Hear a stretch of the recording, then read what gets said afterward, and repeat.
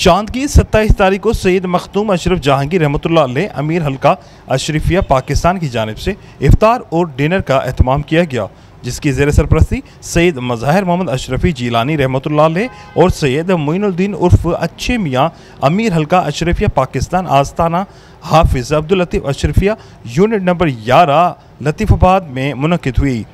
जिसमें शहर के मोअज़्ज़िज़ हज़रात ने शिरकत की। सूफ़ी मोहम्मद शफीक अशरफी, अदील अशरफी, मोहम्मद फ़ारूक अशरफी, मलिक मोहम्मद वज़ीर, एडवोकेट हाफिज़ फ़रहान अशरफी, अज़हर शहाब आज़म अशरफी, फ़ारूक अशरफी और दीगर ने बड़ी तादाद में शिरकत की। आखिर में दुआ के बाद महफ़िल इख्तिताम पर पहुँची।